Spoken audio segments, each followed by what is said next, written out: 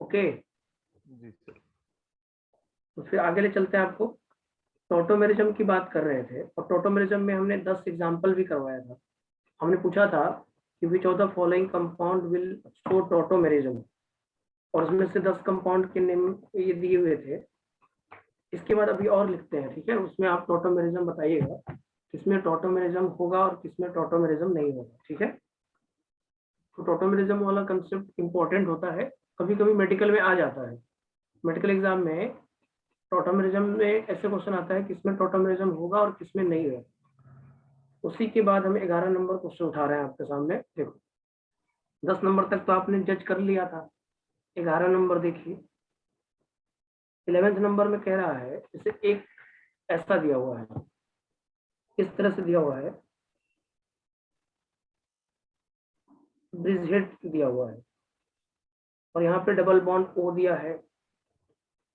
12 number में दिया है, ये वाला क्वेश्चन आपके मेडिकल में आया भी है, ये डबल बॉन्ड ओ दिया है और यहाँ पे भी डबल बॉन्ड ओ दिया है। 13th नंबर में है, 13th नंबर में ऐसे दिया हुआ है, एक ऐसा कंपाउंड है, यहाँ पे N लिख लो, ऐसे है NH लिख लीजिए और यहाँ पे डबल बॉन्ड O लिख लीजिए। 14 नंबर में है CH3CO, CH2CO और CH3। 15 नंबर में है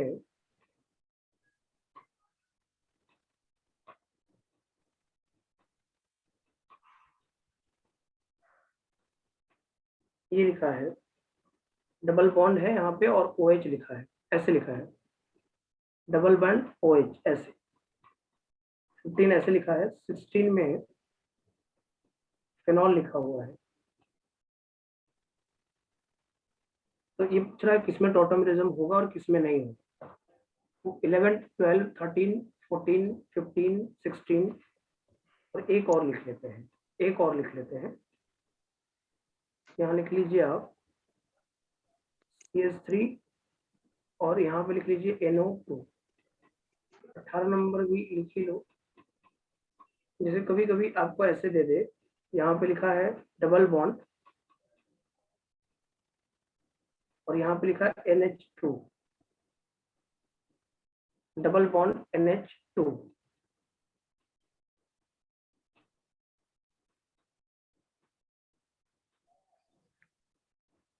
तो एक बार आप इसको जज करिए 17, 18 नंबर तक। भैया रुकिए, हाँ आप लोग सब लोग जज करें, होगा नहीं होगा ये से बताइएगा बस। हाँ इसमें बीच बीच में हम कंसेप्ट भी लिखवाएंगे, इसीलिए क्वेश्चन दिए हैं। ये 18 नंबर तक क्वेश्चन देने का कुछ कारण है, इसमें बीच बीच में कंसेप्ट भी आएगा, पॉइंट भी लिखेंगे इसी के साथ। क्योंकि इसके पहले वाला क्वेश्चन कर रहे थे हम लोग, लेकिन इसके पहले वाले में सिर्फ आपको ये देखना था किसमें होगा किसमें नहीं होगा, इसमें भी वही देखना है, लेकिन इसके साथ आपके कुछ पॉइंट्स भी इंक्लूडेड होंगे। सर, अगर 11th वाला देखिए करेगा, ये तो टोटोमेरिज्म देगा। 11th वाला करेगा। हाँ, क्योंकि उस साइड ब्रिज हेड में मतलब नहीं है, लेकिन इस साइड होगा ये। हाँ सर। 11th वाले में इसलिए होगा क्योंकि यहाँ पे अल्फा हाइड्रोजन आपका यहाँ भी है और ऊपर है, तो ब्रिज हेड वाला तो अल्फा हाइड्रोजन कभी लेना ही नहीं है। Yes sir. ब्रिज हेड वाला पोजीशन नहीं लेते हैं क्योंकि pi bond bridge head possible नहीं होता है। Yes bridge sir. हाइड्रोजन कभी भी टोटोमेरिज्म में पार्टिसिपेट नहीं करेगा। तो 11th में क्योंकि अल्फा हाइड्रोजन आपका ब्रिज हेड से हट के है, तो 11th वाला हो जाएगा। 12 वाला नहीं नहीं होगा। होगा। 12th नहीं होगा। 12 वाले में नहीं होगा। 12 वाले में नहीं होगा, क्यों नहीं होगा? क्योंकि यहाँ पे दोनों कोई में अल्फा हाइड्रोजन नहीं है और ब्रिज हाइड्रोजन पार्टिसिपेट नहीं करता है। 13 तो नंबर 13वां में हो जाएगा। होगा। देखो यहाँ पे 2 अल्फा है, एक तो नाइट्रोजन के साथ अल्फा है और एक कार्बन के साथ अल्फा है, दोनों के साथ अल्फा अल्फा दिख रहा है, हाइड्रोजन भी हो जाएगा। 13th में हो जाएगा। अच्छा सर, ये 13 वाले में पहले किससे रिएक्ट करेगा सर? दोनों से मतलब इक्वली वही करेगा? लिखवाएंगे, अभी वही पॉइंट लिखवाने वाले हैं। देखो ब्रिजहेड वाले में ब्रिजहेड हाइड्रोजन पार्टिसिपेट नहीं करेगा, यस और सर। अगर एक से ज्यादा हाइड्रोजन डिफरेंट टाइप के हाइड्रोजन है, तो जो yes sir. Most acidic hydrogen होगा वो पार्टिसिपेट करेगा। Most acidic. और मोस्ट एसिडिक हाइड्रोजन वो होगा जो मोस्ट इलेक्ट्रोनेगेटिव एटम से कनेक्टेड होगा। इसका यस मतलब नाइट्रोजन से जो कनेक्टेड हाइड्रोजन होगा वो पार्टिसिपेट करेगा। यस यहीं पे 2 पॉइंट पहले लिख लेते हैं, फिर आगे Yes. वाला जज करेंगे पॉइंट वाइज, क्योंकि वो पॉइंट लिखने के लिए वो क्वेश्चन दिए ही थे हम। यहाँ लिखिएगा bridge head hydrogen, bridge head hydrogen, bridge head hydrogen can not participate in tautomerism, cannot participate in tautomerism. Bridgehead hydrogen cannot participate in tautomerism. क्यों नहीं पार्टिसिपेट करता है? Because bridgehead carbon, यहाँ पे because यहाँ लिखो double bond at bridgehead carbon is not possible, because double bond at bridgehead carbon, double bond at bridgehead carbon is not possible, is not possible. तो एक पॉइंट यहाँ पे देखो मिल गया तुमको, ब्रिजहेड वाला हाइड्रोजन पार्टिसिपेट नहीं करेगा। दूसरा पॉइंट मिलेगा, if there is possibility, if there is possibility of movement if there is possibility of movement of 2 or more hydrogen, 2 or more hydrogen, most acidic hydrogen, then most acidic hydrogen, then most acidic, then most acidic hydrogen will participate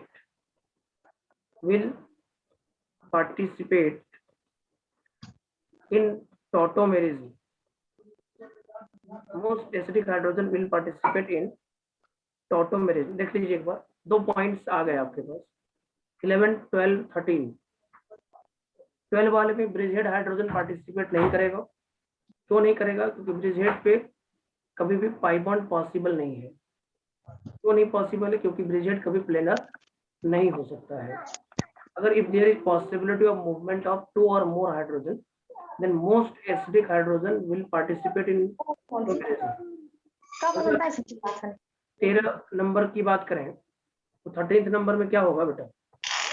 13th number में कौन सा hydrogen participate करेगा? बोलो। 13th number में nitrogen वाला participate करेगा। और nitrogen वाला पार्टिसिपेट किया, एक बार देखेंगे सब लोग, अगर नाइट्रोजन वाला ने पार्टिसिपेट किया तो कुछ ऐसा होगा। अगर हम इसको बना दें एक बार तो ये आ जाएगा OH और यहाँ पे क्या आ जाएगा? Double M। नाइट्रोजन वाला पार्टिसिपेट करेगा तो ऐसा बन जाएगा, टॉटोमेरिज्म ऐसा होगा। इसका टॉटोमेरिज्म ऐसा होगा। क्लियर है क्या? नाइट्रोजन वाला हाइड्रोजन पार्टिसिपेट करेगा। चलिए थोड़ा सा 14 नंबर बताइए, 14 नंबर में कौन सा हाइड्रोजन पार्टिसिपेट करेगा? 14 नंबर में हाइड्रोजन पार्टिसिपेट करेगा। इसमें तो सर ये CO और CH2 के बीच वाला, इनके बीच वाला ये वाला हाइड्रोजन पार्टिसिपेट करेगा। Yes sir. क्योंकि ये हाइड्रोजन मोस्ट एसिडिक है। हाँ ये वाला मोस्ट अंजलि तुम्हारी आवाज बहुत आ रही है, क्या कहते हैं, म्यूट करो। Most acidic hydrogen, yes sir. तो ये CH2 वाला करेगा, बीच वाला करेगा। क्योंकि देखो बीच वाला में जो हाइड्रोजन निकालोगे ना तो कार्बोनाइन बनेगा। अब कार्बोनाइन की स्टेबिलिटी ही तो आपका एसिडिक स्ट्रेंथ का ऑर्डर होता है ना। तो सर ये नहीं सर, जैसे अगर CH2 ये बीच वाला करेगा सर तो एक ही O के साथ रिएक्ट कर पाएगा, लेकिन सर कॉर्नर वाला करेगा तो सर दोनों के साथ वो कट जाएगा ना। इससे कोई मतलब नहीं है, उसको ज्यादा रिएक्शन से क्या लेना देना है। आपको मैंने क्या बोला, वो हाइड्रोजन निकल सकता है जो मोस्ट एसिडिक है, जो हाइड्रोजन निकलना भी तो चाहिए। ऐसे ही आप किसी में से निकालोगे तो उसके साथ तो आपको प्रॉब्लम्स आ जाएंगे। आप खुद सोचिए सबसे ज्यादा एसिडिक कौन सा हाइड्रोजन? हमने अभी बोला कि आपके पास, अगर ये मैंने लिखा है लाइन, देखो यहाँ लिखा हुआ है, there is possibility of movement of 2 or more hydrogen, then most acidic hydrogen will participate in tautomerism. इन दोनों में ज्यादा एसिडिक कौन है? ये हाइड्रोजन तो ज्यादा एसिडिक नहीं है, ये नहीं है, बीच वाला हाइड्रोजन ही एसिडिक। यस बीच वाला हाइड्रोजन ही पार्टिसिपेट करेगा, क्योंकि बीच वाला हाइड्रोजन को जब आप इसका कंजुगेट बेस बनाइएगा ना, तो दो इलेक्ट्रॉन विड्रॉइंग ग्रुप इसको स्टेबलाइज करेगा, दो इलेक्ट्रॉन विड्रॉइंग ग्रुप इसको स्टेबलाइज करेगा। तो बीच वाला हाइड्रोजन मोस्ट एसिडिक होगा, तो बीच वाला ही हाइड्रोजन पार्टिसिपेट करेगा। ओके, अब बताइए 15 नंबर में टॉटोमेरिज्म होगा क्या? हाँ सर। Yes sir. 15 नंबर में इनॉल लिखा हुआ है, देखो इनऑल लिखा है नहीं लिखा है? Yes sir. और यस हमने सर। बोला था कि डायनेमिक इक्विलिब्रियम होता है, क्योंकि इनॉल है, इसका कीटो बना सकते हो आप। कीटो देखो इसका ऐसा बनेगा, कीटो इनॉल।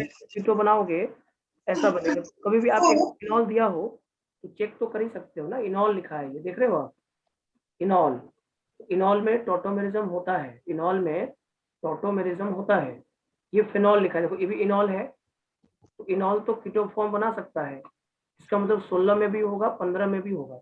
कभी कभी बच्चा क्या करता है ना, फिर कीटो को देखता है, इनॉल देखता ही नहीं है।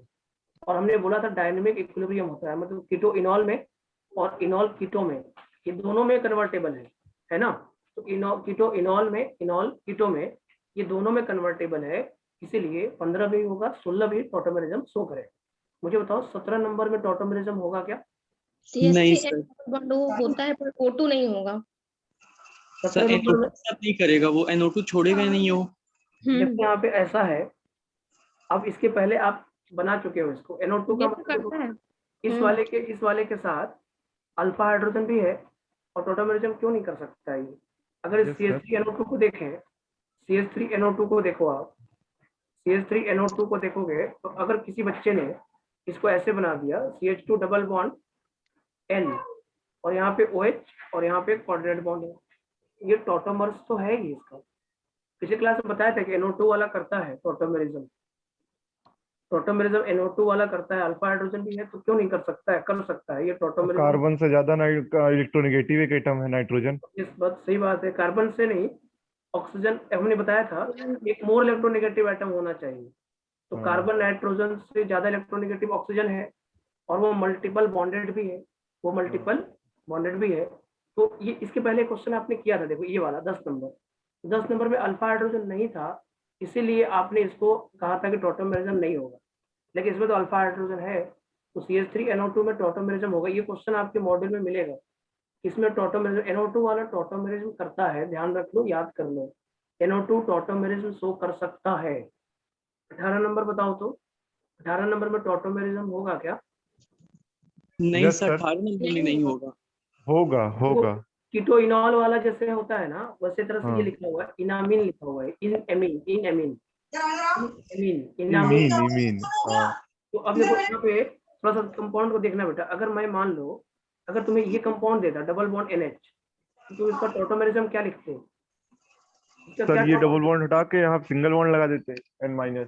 टॉटोमेरिज्म यहाँ पे आता ना ऐसे, NH2, हाँ ये तो आता इसका जी टॉटोमेरिज्म, सर। अल्फा अल्फा, इसका टॉटोमेरिज्म ये है, तो इसका ये उल्टा भी चल सकते हैं ना, हम लेफ्ट से राइट भी जा सकते हैं, राइट से लेफ्ट भी तो जा सकते हैं। तो ये तो लिखा हुआ है, देखो आप, क्या 18 नंबर में नहीं लग रहा है आपको कि NH2 और पाई बॉन्ड लगा है? तो इनॉल इनामीन, जैसे ये वाला इस कंपाउंड का यही तो बनेगा, enamine. Double Yes, bond sir. NH का टॉटोमेरिज्म तो यही होगा, सीधी सी बात है, तो उसका जी उल्टा सर। भी पॉसिबल है, ठीक है ना। तो कीटो का इनॉल और इनॉल का कीटो, और अगर ऐसा कोई कंपाउंड दे दे तो भी आप एक बार देख सकते, ऐसा आएगा नहीं, लेकिन 18 नंबर वाला नहीं आएगा, तो कीटो इनॉल वाला जरूर आता है, कीटो इनॉल वाला आता है, ध्यान रख लेना। और इतने पॉइंट का ध्यान रख लेना बस, इसके ज्यादा आपको जरूरत नहीं पड़ेगा, आपको टॉटोमेरिज्म देखने के लिए आएगा, इतने ही पॉइंट की जरूरत पड़ेगी आपको। टॉटोमेरिज्म कहाँ होगा और कहाँ नहीं होगा? टॉटोमेरिज्म जहाँ पे मोस्ट इलेक्ट्रोनेगेटिव एटम प्रेजेंट है और वो मल्टीपल बॉन्डेड है, जैसा कि हमने समझाया था आपको।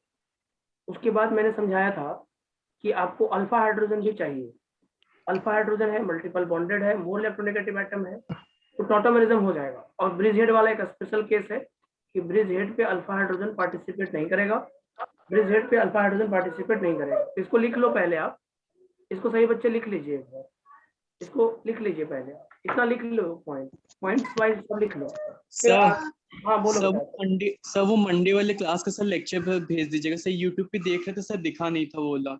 हाँ मंडे वाला नहीं भेजा हुआ, एक बार मैं आज भेज दूंगा, आज कर दूंगा, ठीक है, आज हाँ कर सर वो वाला भेज दीजिएगा। इसको लिखो, 1 मिनट में मैं आ रहा हूँ। Okay sir.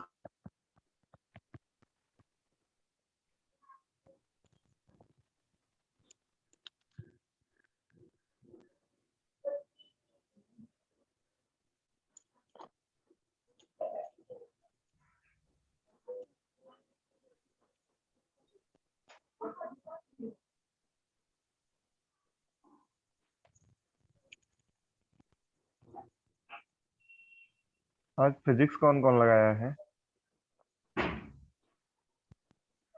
हम लगाए हो चाहे ना लगाए हो, क्वेश्चन जरूर पूछेंगे।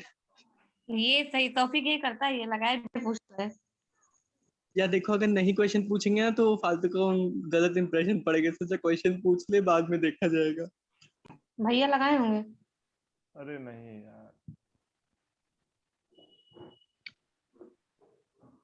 लिख लिया आप लोग? Yes sir. टोटोमेरिज्म देखने आ जाएगा, बोलो। अभी जी, टोटोमेरिज्म देखना आपने सीख लिया है कि कैसे टोटोमेरिज्म देखना है, इसमें टोटोमेरिज्म होगा, किसमें टोटोमेरिज्म नहीं होगा। इतना बहुत होता है कम से, इससे ज्यादा जरूरत नहीं पड़ता है, मैंने जहां तक समझा है। इससे ज्यादा आपको जरूरत कभी नहीं पड़ेगा पर ये इसका टोटोमेरिज्म देखने के लिए, तो उतना टेंशन नहीं लेना है आपको। और भी चीजें पढ़ाई जा सकती है उल्टा पलटा इधर उधर, बट उधर उधर करके क्या फायदा। टोटोमेरिज्म के लिए कंसेप्ट क्लियर है, तो कंसेप्ट क्लियर है तो क्वेश्चन बन जाएगा। अब आइए अगला पॉइंट पे चलते हैं, जिसका हेडिंग है परसेंटेज इनऑल कंटेंट पूछता है।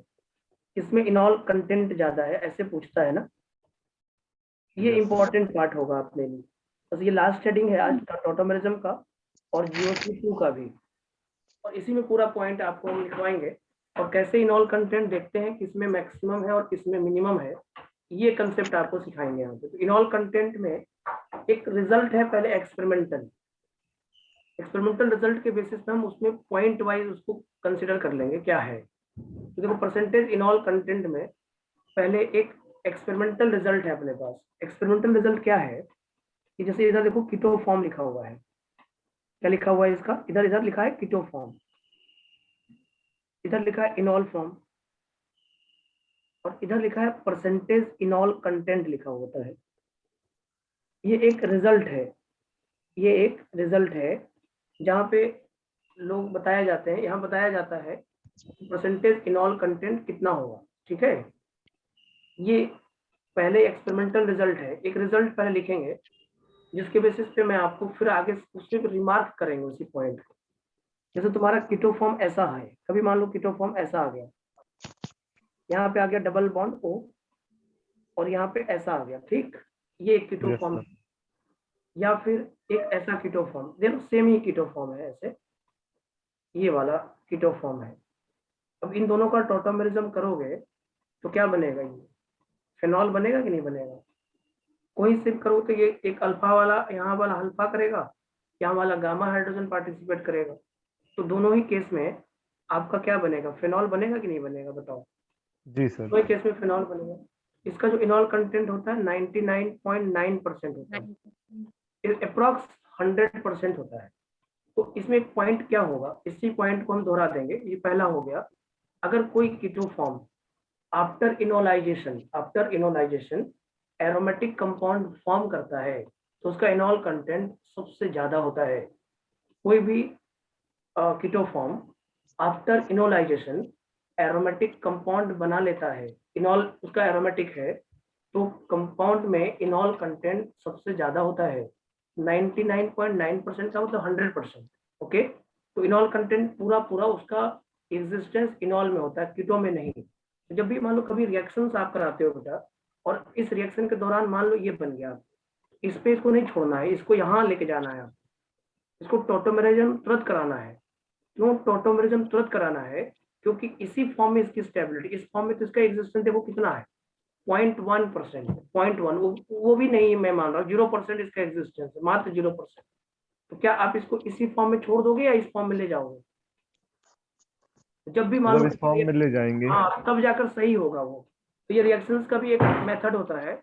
अगर मान लो कोई ऐसा कीटो फॉर्म जिसका इनॉल बहुत ज्यादा है, तो उसको आपको कीटो में नहीं छोड़ना, उसको इनॉल में लेके जाना है।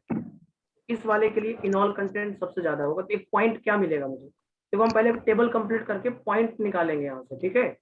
तो पहला पॉइंट मुझे क्या मिलेगा, पहला पॉइंट ये मिला कि अगर keto form after enolisation aromatic हो जाता है तो इसका इनॉल कंटेंट मैक्सिमम होता है एंड उसका एग्जिस्टेंस इनॉल फॉर्म में होता है। पहला पॉइंट मिला नहीं मिला बोलो। जी सर। तो इसी टेबल के नीचे पॉइंट लिखते चले, पहले का कुछ पॉइंट्स।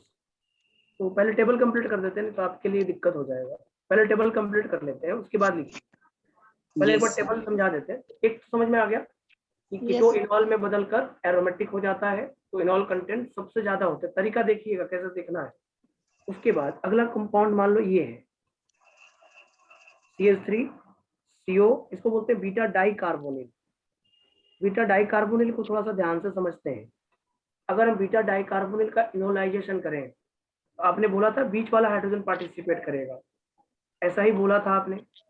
हाँ इस वाला। ये सिर्फ COH डबल बॉन्ड CH और ये COCH, यही बोल रहे हैं ना लोग बेटा, हाँ यही हाँ बोल रहे हैं ना। इसका इनॉल यही बनेगा ना, बीच वाला हाइड्रोजन पार्टिसिपेट करेगा क्योंकि बीच वाला हाइड्रोजन ज्यादा एसिडिक है।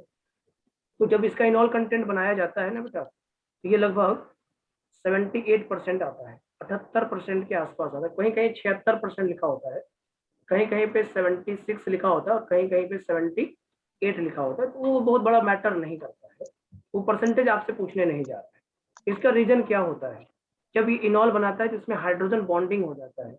इसको बोलते हैं intra molecular hydrogen bonding. Intra molecular hydrogen bonding IMHB बोलते हैं इसको। इंट्रा मॉलिक्यूलर हाइड्रोजन बॉन्डिंग हो गया, देख रहे हो आप। इसमें इंट्रा मॉलिक्यूलर हाइड्रोजन बॉन्डिंग के कारण इसकी स्टेबिलिटी ज्यादा हो गई। इसके कारण इसका इनॉल कंटेंट 78% होता है, 78%। इसका नाम है बीटा डाई कार्बोनिल। बहुत ध्यान से समझना बेटा, इसी सीक्वेंस में आगे हम बताएंगे भी आपको। इससे एकदम क्वेश्चन बन जाएगा, गलत कहीं नहीं होता है क्योंकि मैंने पूरा ऑब्जर्व करा है क्वेश्चन के साथ, तो कहीं गलत नहीं होता। अगर मेथड को सीखा जाए तो गलत नहीं होगा। तो देखो दूसरे नंबर में 78% इनॉल कंटेंट होता है। अगर कहीं पे कंपाउंड बीटा डाई कार्बोनिल है तो उसका इनॉल कंटेंट में हाइड्रोजन बॉन्डिंग आएगा और हाइड्रोजन बॉन्डिंग होने के कारण उसका 78% है। अब इसी के बाद तीसरा नंबर जो होता है, ऑब्जर्वेशन दिखा रहा हूँ बेटा मैं पहले आपको। CH3CO CH2 और यहाँ पे लिखा है COOCH3। इसको बोलते हैं बीटा कीटो एस्टर। इसका नाम होता है बीटा कीटो एस्टर। इसका नाम क्या होता है बेटा, बीटा कीटो एस्टर। और बीटा कीटो एस्टर में भी बीच वाला हाइड्रोजन ही मोस्ट एसिडिक होगा। अगर मैं इसका इनॉल बनाऊंगा बेटा, ये बन जाएगा CH3 COH double double bond bond CH COOCH3। इसमें भी हाइड्रोजन बॉन्डिंग है, इंट्रामोलिकुलर हाइड्रोजन बॉन्डिंग। इसको शॉर्ट फॉर्म में लिख देते हैं IMHB। IMHB का मतलब होता है इंट्रामोलिकुलर हाइड्रोजन बॉन्डिंग। लेकिन इसका इनॉल कंटेंट जब आपने देखा है तो 7 से 8 ही % होता है। ऐसा इतना कम क्यों हो गया, इतना कम क्यों हो गया? इसका रीजन हम आपको भी जस्ट बताएंगे। इतना कम क्यों हो गया, इसका रीजन जस्ट आपके सामने अभी आएगा। यहाँ पे 7 से 8% होता है। अभी रीजन बताएंगे, रीजन क्या होना चाहिए। अभी रीजन देखिए, सुनिए, आपके हिसाब से क्या होना चाहिए रीजन। बीटा डाइकार्बोनिल और बीटा कीटो एस्टर में दोनों में तो हाइड्रोजन बॉन्डिंग है, और बीटा डाइकार्बोनिल वाले में 78% है और बीटा कीटो एस्टर में 7 से 8 ही % है। तो रीजन क्या होना चाहिए? रीजन देखो यहाँ पे ये है। हाँ बोलो सर। जैसे ये रीजन हो सकता है कि जैसे जो ये C डबल बॉन्ड O है, इसका हम कीटो फॉर्म बनाए तो ये O- हो जाएगा और कार्बेनाइन की स्टेबिलिटी OCH3 एक बार की घटा देगा, क्या कहते हैं। नहीं, वो रीजन नहीं देंगे यहाँ पे। रीजन हम ऐसे देंगे, देखो रीजन यहाँ पे ये होता है, यहाँ पे ये वाला जो हाइड्रोजन है ना, ये वाला हाइड्रोजन और ये वाला हाइड्रोजन दोनों एसिडिक तो है, लेकिन इन दोनों में ज्यादा एसिडिक कौन है? अगर मैं दोनों में कंपेयर करूं, इन दोनों हाइड्रोजन कंपेयर करूं, इन दोनों हाइड्रोजन में ज्यादा एसिडिक कौन है बताओगे? ऊपर वाले और नीचे वाले में कौन सा हाइड्रोजन ज्यादा एसिडिक है? सर ऊपर वाला, ऊपर वाला। ऊपर वाला इसलिए ज्यादा एसिडिक है क्योंकि जो इलेक्ट्रॉन विड्रॉइंग ग्रुप लगा है वो स्ट्रॉन्ग इलेक्ट्रॉन विड्रॉइंग ग्रुप लगा है। ये वाला इलेक्ट्रॉन विड्रॉइंग ग्रुप स्ट्रॉन्ग है, जबकि ये भी इलेक्ट्रॉन विड्रॉइंग ग्रुप है, और ये वाला थोड़ा सा वीक पड़ जाएगा इलेक्ट्रॉन जी विड्रॉइंग सर, ग्रुप। जी सर। इसके बेसिस पे ऊपर वाला ज्यादा एसिडिक है, तो ये वाला मोस्ट एसिडिक हाइड्रोजन है, होता है यहाँ पे मोस्ट एसिडिक हो गया, ये मोस्ट एसिडिक हाइड्रोजन है। जबकि यहाँ पे थोड़ा सा हाइड्रोजन की जो एसिडिक स्ट्रेंथ है वो कम हो गई, इसका मतलब लेस एसिडिक हाइड्रोजन हो गया। अब आप सोचने वाली बात ये थी कि यहाँ पे हाइड्रोजन जो निकलेगा वो बहुत तेजी से निकलेगा। तो बहुत तेजी से निकलेगा मतलब यहाँ का हाइड्रोजन निकालने में आपको ज्यादा मेहनत नहीं करना है। क्यों नहीं करना है? क्योंकि यहाँ का हाइड्रोजन ज्यादा एसिडिक है, तो H+ के फॉर्म में तुरंत निकल जाएगा। यहाँ का हाइड्रोजन थोड़ा सा वीक एसिड है, वीक एसिडिक है, इसका मतलब यहाँ पे हाइड्रोजन निकलने में थोड़ा सा टाइम होगा। तो इसका कीटो फॉर्म तो ठीक है, लेकिन इसका इनॉल फॉर्म बहुत कम आ जाएगा। तो ये एसिडिक के बेसिस पे आता है। वहाँ का हाइड्रोजन ज्यादा एसिडिक है, तो ये हाइड्रोजन जल्दी निकल कर टॉटोमर्स बना लेगा। तो यहाँ का हाइड्रोजन निकालने में आपको ज्यादा मेहनत नहीं करना पड़ेगा। जैसे कोई भी हाइड्रोजन निकालोगे तो एनर्जी दे के निकालना पड़ता है, ये आपको शायद पता होगा। ऐसे नहीं कि हाइड्रोजन अपने आप बस कहेगा कि नहीं हम चलना चाहते हैं, यहाँ से निकल जाएंगे, तो वो हाइड्रोजन जल्दी निकल जाएगा जो हाइड्रोजन मोस्ट एसिडिक है। मतलब जैसे एक घर की, अगर मान लो घर से किसी दो आदमी है, मान लो, एक थोड़ा सा समझने वाली बात है, सोचिएगा समझिएगा। एक घर में दो लोग रहते हैं, एक घर, दो घर है मान लो, और दो घर में दो लोग हैं, एक एक लोग हैं। और एक घर में ऐसी स्थिति है जहाँ पे उस घर से उस आदमी के जाने से उस घर की स्टेबिलिटी में फर्क नहीं पड़ता, उस घर की स्टेबिलिटी बढ़ रही है। तो और एक घर ऐसा है जिसके जाने से घर की स्टेबिलिटी बढ़ रही है, मतलब पहले जितनी थी थोड़ी उससे खराब हो रही है, थोड़ी खराब हो रही है, मान लो ऐसा हो रहा है। तो अब आप सोचिए कौन सा आदमी जल्दी जाएगा जिस घर से उस आदमी के जाने से उस घर की स्टेबिलिटी पे फर्क नहीं पड़ रहा है, तो आप उसको जल्दी भेज दोगे। उसमें ज्यादा एनर्जी खर्च नहीं करना, ज्यादा समझाना नहीं पड़ेगा आपको। नहीं तो क्या होता है, अगर आप मान लो उस किसी व्यक्ति के जाने से घर की स्टेबिलिटी खराब होती है, उस व्यक्ति को बहुत समझाया जाता है, तो समझाने में एनर्जी खर्च होता है। समझाना है कि भाई नहीं जाओ, मत जाओ, या तुमको जाना पड़ेगा, जाना पड़ेगा, जाना पड़ेगा, लेकिन वो जाना नहीं चाहेगा क्योंकि घर उसको छोड़ना नहीं चाहेगा। ये स्थिति है। यहाँ पे यही वाली स्थिति को आप यहाँ पे अगर समझोगे, ये वाला हाइड्रोजन जो है ना वो ज्यादा एसिडिक है। अब ये ज्यादा एसिडिक है तो यहाँ पे आपको कम एनर्जी खर्च करके हाइड्रोजन निकाल लोगे, लेकिन यहाँ पे थोड़ा कम एसिडिक है, यहाँ पे थोड़ा एनर्जी ज्यादा खर्च करना पड़ेगा। तो जब ये कीटो फॉर्म बहुत जल्दी इनॉल फॉर्म नहीं बन रहा है, इसका मतलब इसका इनॉल कंटेंट तो कम हो जाएगा। अगर ये कीटो बहुत तेजी से इनॉल बनाता, अगर ये कीटो बहुत तेजी से इनॉल बनाता तो इनॉल कंटेंट बहुत ज्यादा होता कि नहीं होता। लेकिन यहाँ पे जी थोड़ा सर। सा स्लो हो गया। जब ये स्लो हो गया तो इनॉल कंटेंट कम हो जाएगा। स्लो नहीं होना, जितना फास्ट रिएक्शन होगा उसका इनॉल कंटेंट उतना ही ज्यादा होगा। 3 नंबर में बीटा कीटो एस्टर आ गया, और 4th नंबर में मोनोअल्डिहाइड आता है। मोनोअल्डिहाइड का मतलब देखो ये है CH3COH, इसको बोलते हैं मोनोअल्डिहाइड। अब मोनोअल्डिहाइड की कहानी और अलग है। मोनोअल्डिहाइड में जब अब इसको इनॉल बनाओगे तो CH2 डबल बॉन्ड COH बनाओगे। ये इनॉल कंटेंट 0.005% दिखता है। मतलब आपको समझ में आ रहा होगा इसका इनॉल कंटेंट एग्जिस्ट ही नहीं करता। अगर मोनोअल्डिहाइड है तो मोनोअल्डिहाइड का इनॉल कंटेंट बहुत बहुत कम होता है। कारण भी है क्योंकि हाइड्रोजन एसिडिक थोड़ी है। क्या हाइड्रोजन एसिडिक है? क्या ये हाइड्रोजन एसिडिक है? इस नो सर। हाइड्रोजन को निकालना आपको बहुत मुश्किल होगा। ये हाइड्रोजन नहीं निकाल सकते। ये एसिडिक हाइड्रोजन, कार्बन पे जो हाइड्रोजन रहता है ना वो एसिडिक नहीं होता है। तो आपको एक ही इलेक्ट्रॉन विड्रॉइंग ग्रुप मिल रहा है, तो ये हाइड्रोजन एसिडिक तो नहीं है। इसका इनॉल करना देखो कितना आएगा, 0.005। और अगर ये कीटो होता, कीटोन होता, CH3COCH3, इसका इनॉल कंटेंट और कम होता है। CH2 double bond COH single bond CH3, इसका इनॉल कंटेंट 0.001% ही होता है। क्या सीखा आपने? वही पॉइंट कहानी सुनिए अब क्लियरली एक बार। देखो मोनोअल्डिहाइड और मोनोकीटोन का इनॉल कंटेंट सबसे कम होता है। मोनोअल्डिहाइड मोनोकीटोन का इनॉल कंटेंट सबसे कम होता है, क्योंकि आपने खुद देखा अल्डिहाइड को कभी आप इनॉल बनाते हो क्या जल्दी?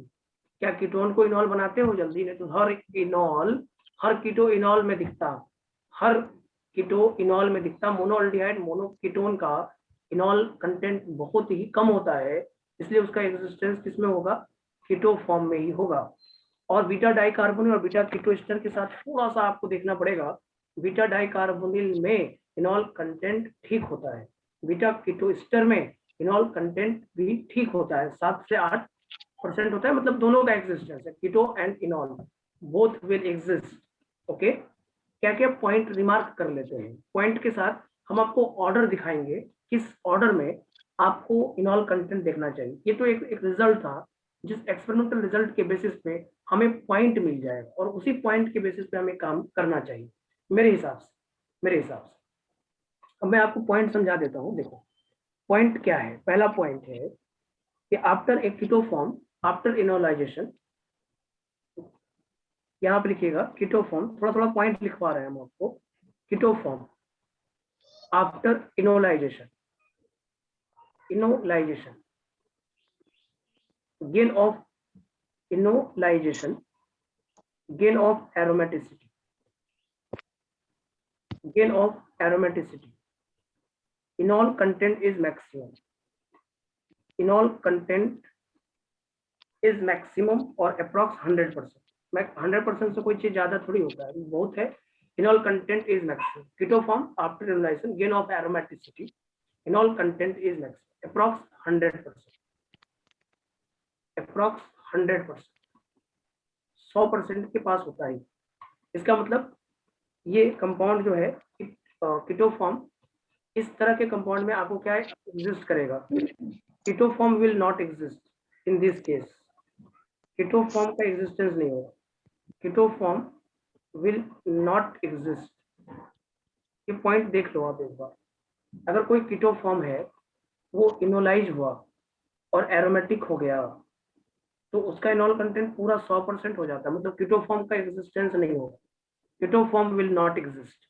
वहां पे सीधे इनॉल बना के छोड़ना पड़ेगा आपको, कीटो पे रखना ही नहीं होगा। अगर कोई keto form after enolization aromaticity को गेन करता है तो उसका इनॉल कंटेंट मैक्सिमम होता है। क्लियर? ये मैक्सिमम वाली बात हो।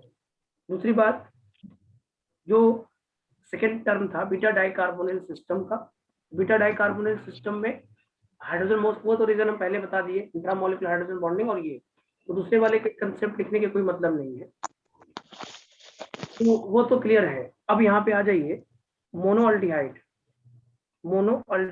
वो ज्यादा पॉइंट नहीं लिखेंगे हम, समझ में आ जाएगा आपको। मोनोअल्डिहाइड एंड मोनोकीटोन,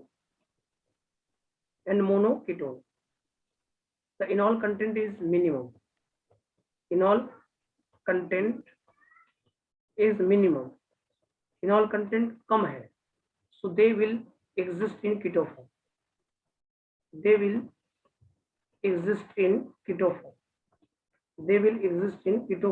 ये कभी भी इनॉल में नहीं एग्जिस्ट करेंगे।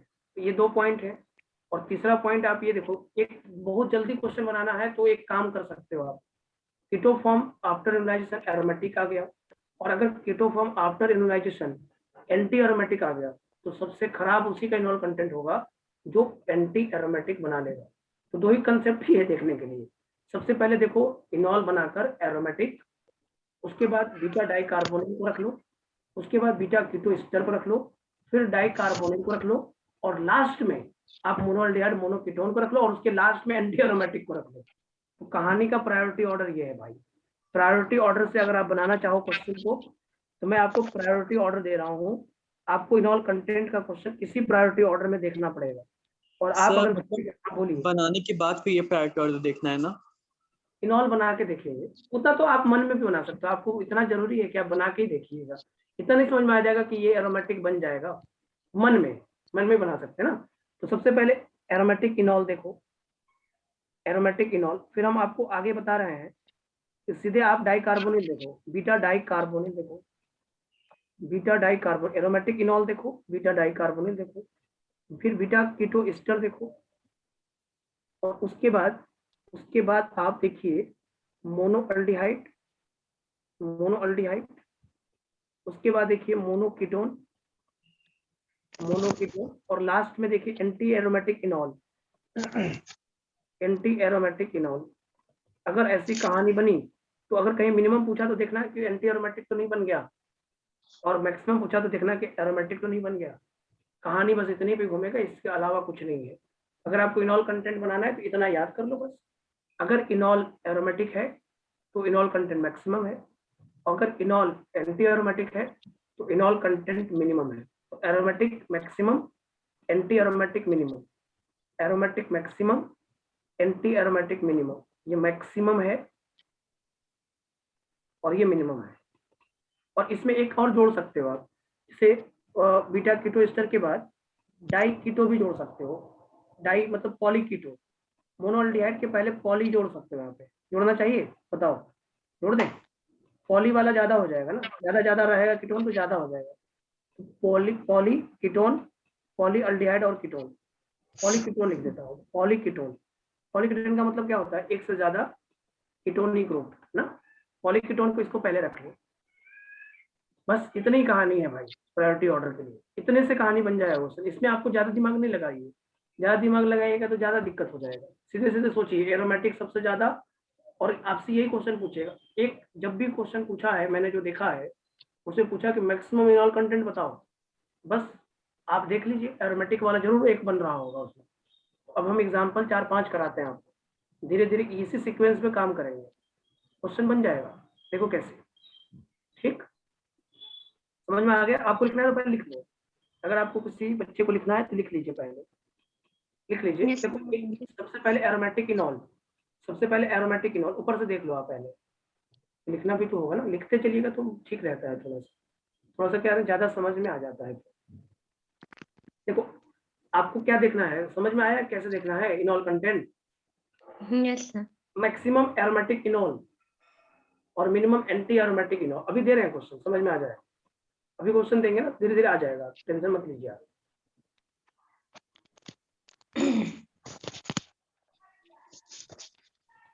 तो इसी सीक्वेंस में यूज करना बस, और कुछ टेंशन मत लेना। एरोमेटिक सबसे ज्यादा और एंटी एरोमेटिक सबसे कम, और बीटा डाइकार्बोनिल पहले रख लेना, बीटा कीटोन के बाद, और उसके पॉली कीटोन, फिर मोनो वाला बाद में, सबसे लास्ट में मोनो वाला, और उसके बाद एंटी एरोमेटिक। तो जानते ही हो आप, तो सबको जानता है कि एंटी एरोमेटिक बनना मतलब कितना खराब स्टेबिलिटी है। चलिए एक क्वेश्चन दें, बनाओगे? Yes, sir. यस सर हो गया। अब यहाँ पे डिक्रीजिंग ऑर्डर ऑफ इनॉल कंटेंट पूछ रहा हूँ मैं। डिक्रीजिंग ऑर्डर ऑफ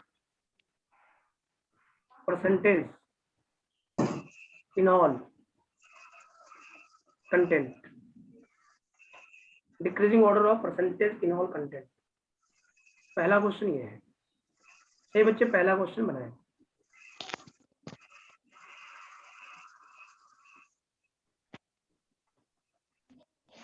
पहला ये है, ए है,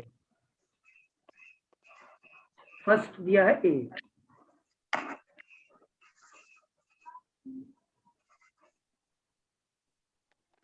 ये बी दिया है,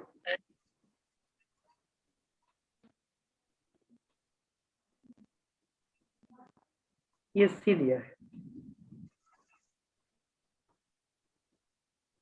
और इसके बाद ये डी दिया है। बताइए इनॉल कंटेंट किसमें ज्यादा है? ये डी दिया हुआ है, पूछ रहा इनॉल कंटेंट किसमें ज्यादा है। आसान क्वेश्चन बहुत है। इनॉल कंटेंट किसमें ज्यादा है? सर बी वाले में। B aromatic. बी, क्योंकि आफ्टर इनोलाइजेशन एरोमेटिसिटी को गेन। एरोमेटिक बन जाएगा। पहले तो ये जरूर देखना है कि कोई ऐसा कंपाउंड जो आपको इनॉल बनने के बाद एरोमेटिक बन रहा हो। ये मन में करेंगे, लिखना की जरूरत नहीं है। बी वाला तो ऐसे भी पता है आपको कि बी वाले में एरोमेटिक हो जाएगा। देखो यस यहाँ पे सर। आ जाएगा OH, यहाँ पे ऐसे ऐसे ऐसे आ जाएगा, गामा हाइड्रोजन पार्टिसिपेट करके इनॉल ऐसा बनाएगा। Yes sir. ये बी सबसे ज्यादा होगा। सर बी फिर सी फिर डी फिर ए। ए वाले में एंटी एरोमेटिक इनॉल बन रहा है। हाँ सर। नहीं ऐसा लग रहा है? Yes, sir. देखो ये ऐसा पाई बॉन्ड, ऐसा पाई बॉन्ड, और यहाँ पे OH, ये एंटी एरोमेटिक है। क्यों? क्योंकि 4 पाई इलेक्ट्रॉन है। तो ये एरोमेटिक इनॉल हुआ, ये एरोमेटिक इनॉल हुआ, और ये एंटी एरोमेटिक इनॉल हुआ। ये एंटी एरोमेटिक इनॉल है, और ये देखो बीटा डाई कार्बोनिल है, डाई कार्बोनिल है, Neel. Yes sir. Beta die carbonyl है, और ये मोनोकीटोन है। सर ये बीटा डाइकार्बोनिल का स्ट्रक्चर बनाइए एक बार। ये देखो COCH2 COCH3, यही तो है। बीटा डाई कार्बोनिल इसको बोलते हैं। बीटा का मतलब ये अल्फा है, इसके बाद और ये सर ये बीटा जो है। सी वाला स्ट्रक्चर है सर इसका सर इनॉल फॉर्म बनाइए। हाँ रख दो। इसका इनॉल बन जाएगा। देखो बीच वाला हाइड्रोजन पार्टिसिपेट करेगा, ये पढ़ाया हुआ है अभी। Most बीच acidic वाला form. मतलब बीच वाला अल्फा, बन गया ये इनॉल कंटेंट, इसका इनॉल है ये। सर हाँ बोलिए, इनॉल कंटेंट बनाना नहीं आ रहा है सर। क्या दिक्कत है इसमें? हाँ जी ये इनॉल इनॉल कंटेंट कैसे बनाएं सर इसमें? इनॉल कंटेंट मैंने ये बोला, अगर मान लो कोई जैसे कीटो फॉर्म दिया हुआ है, हाँ, तो कीटो फॉर्म में ये देखना है किसका इनॉल कंटेंट मैक्सिमम है या मिनिमम है, जो भी। वो समझ में आ गया किसका मैक्सिमम होगा, बनाएंगे सर कैसे इसमें? बनाने के लिए तो आपको सब पता है, अल्फा हाइड्रोजन पार्टिसिपेट करता है। हाँ अब सोचिए, अगर इसका इनॉल बनाइएगा तो क्या बनाएगा, इसका अल्फा बनाइएगा कि नहीं बनाइएगा? तो अल्फा को हाइड्रोजन उठा के OH लगा दिया, डबल बॉन्ड लगा दीजिएगा, यही ना होता है 1,3 पोजीशन। यहाँ का हाइड्रोजन निकाल कर ऑक्सीजन में जोड़ दीजिए, 1,3 है ये, 1,3 टोटोमेरिज्म। जैसे यहाँ का अल्फा हाइड्रोजन निकालोगे और यहाँ जोड़ोगे तो यही ना बनेगा। इनॉल कंटेंट तो आप सीखे थे ना, CH3CO CH3 था, तो आपने क्या किया था, अल्फा हाइड्रोजन निकाल दिया था, और जहाँ से अल्फा हाइड्रोजन निकाले वहाँ डबल बॉन्ड और उस ऑक्सीजन के पास को पहुंचा दो, तो 1,3 होता है, ये 1,3 है। देखो यहाँ 1, यहाँ 2, यहाँ 3, 1,3 टोटोमेरिज्म है ये। ले लो। अभी समझ में आया? यहाँ देखो अस- 1,3 पे जाना है, तो यहाँ से अल्फा हाइड्रोजन निकालोगे तो यहाँ पाई बॉन्ड लगाओ, यहाँ पे OH लगाओ, बस। एक काम करना, ये पूरा उठा के उधर रख दो, उसके जी ऊपर सर। चाय के सामने पड़ा हूँ। डी वाला भी देख लो, तुम डी वाला भी देखो एक बार, इनॉल बनाने में कोई दिक्कत थोड़ी ना है, हाँ, एक ही बस। चीज तो पहले जैसे बनाते थे वैसे बनाना है। हाँ, यहाँ पे देखो, इसका इनॉल बनाना है, अगर तुम्हें इसका इनॉल बनाना है तो क्या बनेगा, देखो यहाँ पे आएगा OH और यहाँ पे डबल बॉन्ड, इसका अल्फा हाइड्रोजन पार्टिसिपेट करा दो, बस इनॉल बन गया। तो कीटो का सर इनॉल ये डबल बॉन्ड किधर भी बन सकते, इधर भी बन सकता है ना सर, क्या कहते हाँ हैं? कहीं बन सकता है, इधर वाला अल्फा ले लोगे तो इधर बन जाएगा, उसमें क्या दिक्कत है, हाँ तो कोई टेंशन नहीं है। अब ये तुम नहीं सोच रहे हो ना कि इसका अल्फा इधर वाला अल्फा नहीं है, ये अल्फा पोजीशन मल्टीपल बॉन्डेड है, अल्फा sp3 वाला लेते हैं, ये याद रखिएगा, ये वाला मत सोचने लगा कि ये वाला ले ले और यहाँ पाई बॉन्ड बना दे, यस सर। क्योंकि ये अल्फा मल्टीपल बॉन्डेड है और अल्फा मल्टीपल बॉन्ड वाला नहीं पार्टिसिपेट करता, ये लिखवा चुके हैं। अगर अल्फा पोजीशन मल्टीपल बॉन्डेड है तो गामा हाइड्रोजन पार्टिसिपेट करता है, इसमें गामा है ही नहीं, तो इधर वाला इसके बगल में ये भी तो अल्फा है, जी सर जी। ये वाला पार्टिसिपेट करेगा। इसमें देखो अल्फा है, बीटा है, गामा, अगर अल्फा पोजीशन मल्टीपल बॉन्ड है तो गामा हाइड्रोजन पार्टिसिपेट करता है, ये बता चुके हैं। और ये बीटा डाइकार्बोनिल है, तो बीटा डाइकार्बोनिल का जो बीच वाला हाइड्रोजन होता है वो पार्टिसिपेट करता है, तो बीच वाला हाइड्रोजन जो उन दोनों के बीच में हाइड्रोजन वो पार्टिसिपेट करता है, ये पढ़ाया हुआ है आपको, क्लियर है? ठीक आया सर। समझ में आया? Yes sir. देखो अब तुम सीक्वेंस में देखो, गलत नहीं करना है तो सीक्वेंस एक सही चीज होता है, रैंडम देखने लगोगे तो नहीं आएगा आंसर। सीक्वेंस बहुत सही चीज होता है जहां से हम चीजों को देख पाते हैं। अगर मुझे कोई कहा इनॉल कंटेंट देखो, तो सबसे पहले मैं अपना नजर ये देखूंगा कि इनॉल कंटेंट ऐसा कोई कंपाउंड है जो एरोमेटिक बन रहा है, और अगर कहीं पूछा मिनिमम बताओ, मैं ऐसा देखूंगा कोई ऐसा कंपाउंड जो एंटी एरोमेटिक बन रहा है, बस। इससे तो आपको रिजल्ट मिल ही जाएगा। मैक्सिमम मिनिमम में तो जरूर एक क्वेश्चन छुपा रहता है, एरोमेटिक और एंटी एरोमेटिक जरूर छुपा रहता है। अगर एंटी एरोमेटिक नहीं होगा तो मोनोअल्डिहाइड मोनोकीटोन कुछ तो होगा, कुछ तो दिया ही होगा, है या नहीं? बात Yes, समझ sir. रहे हो क्या कह रहा हूं मैं? बोलो, जी Yes, सर sir. जी। ये समझ में आया? Yes Yes. सर। चलो अभी और एग्जांपल देखेंगे तो धीरे धीरे आ जाएगा, कहीं टेंशन की कोई Yes, बात sir. नहीं है। आइए अगला एग्जांपल देखते हैं, example number 2। Question number second. हाँ सेकंड नंबर देखिए, जैसे मान लो ये लिखा है, ये 4 मेंबर रिंग पे ही चल रहे हैं अभी, और यहाँ पे 2 डाई कीटोन लिखा है ऐसे, ये लिखा है डाई कीटोन ए, इसके बाद लिखा है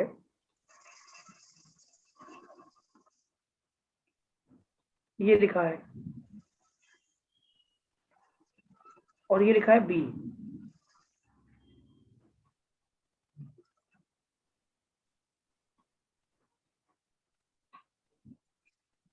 ये लिखा है, ये लिखा है सी, और ये तुम्हारा लिखा है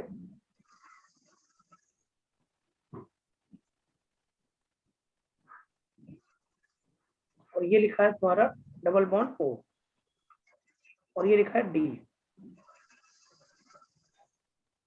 इसमें बताओ ए बी सी डी, और एक ये लिखा है,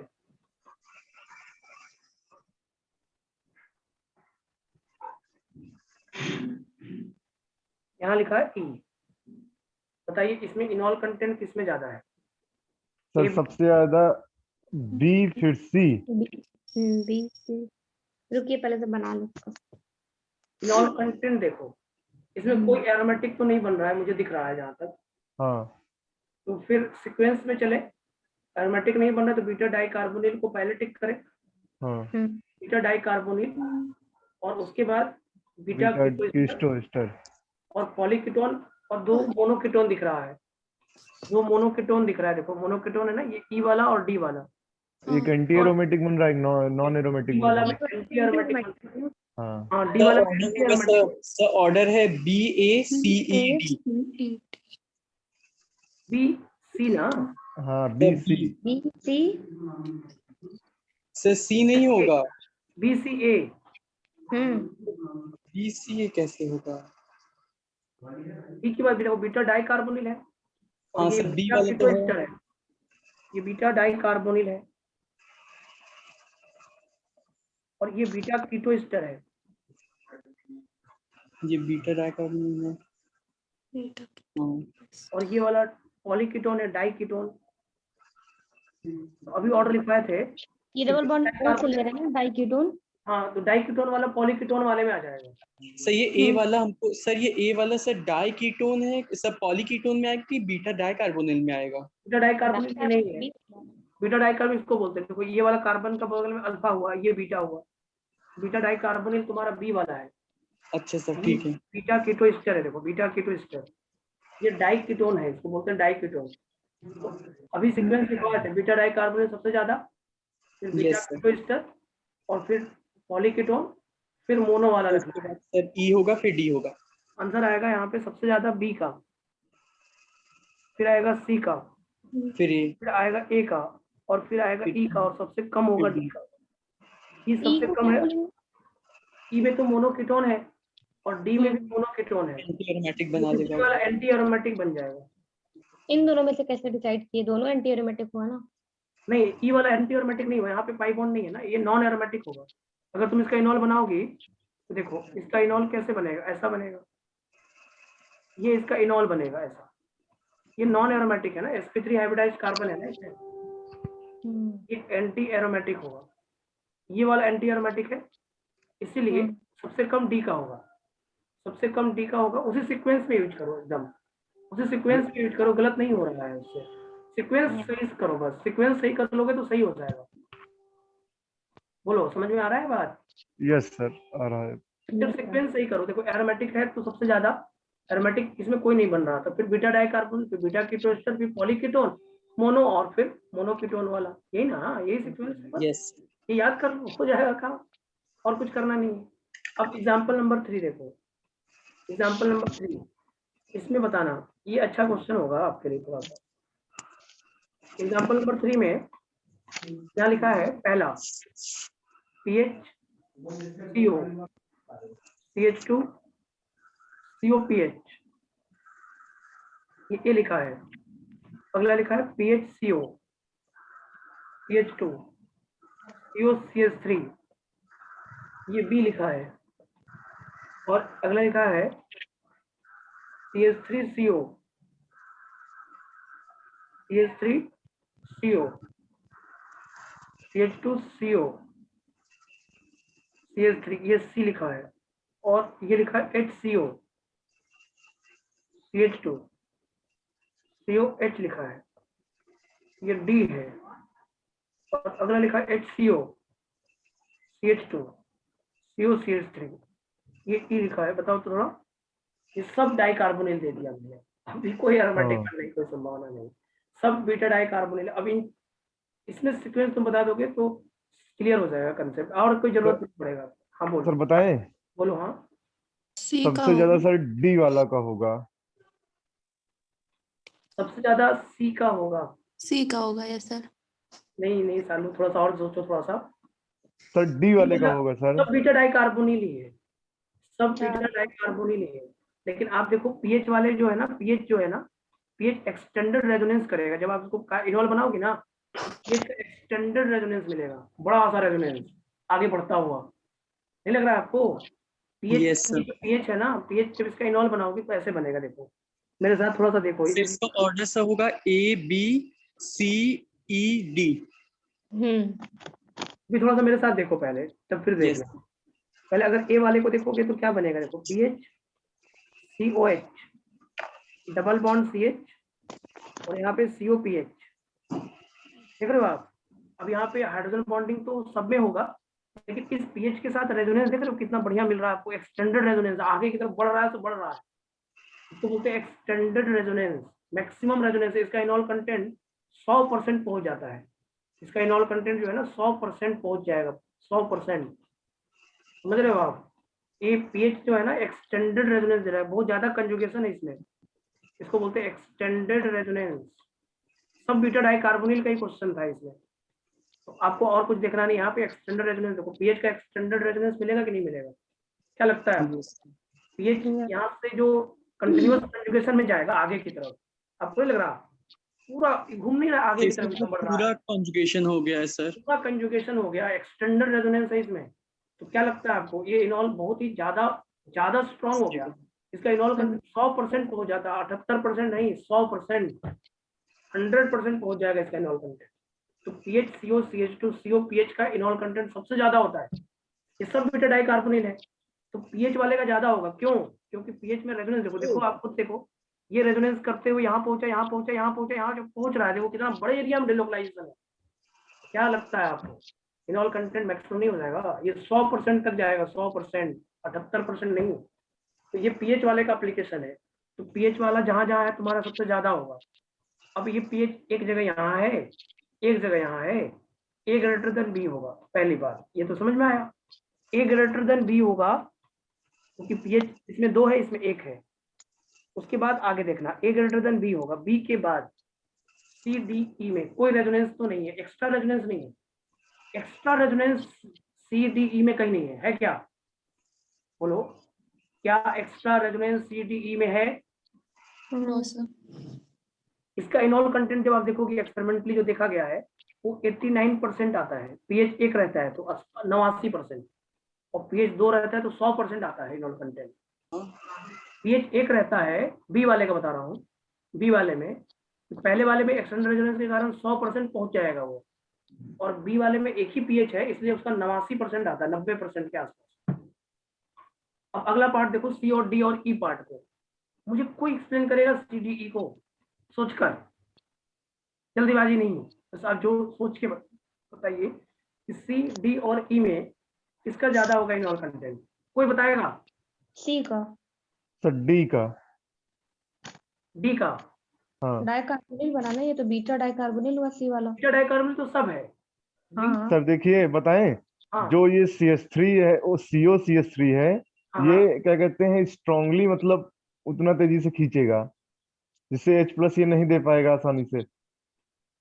नहीं हाँ, एक बात तुम जो बोल रहे हो थोड़ा सही बोल रहे हो, पर थोड़ा सा गलत बोल रहे हो, थोड़ा थोड़ा सही पे है वो, मतलब लाइन सही है, हाँ वही मैं बोलने वाला था। यहाँ पे इसका -M ज्यादा स्ट्रांग होता है, हाँ इसका जो -M होता है ना ज्यादा स्ट्रांग होता है CH3CO से, ये तो आपको पता है, ये यस तो सर। आपको पता है।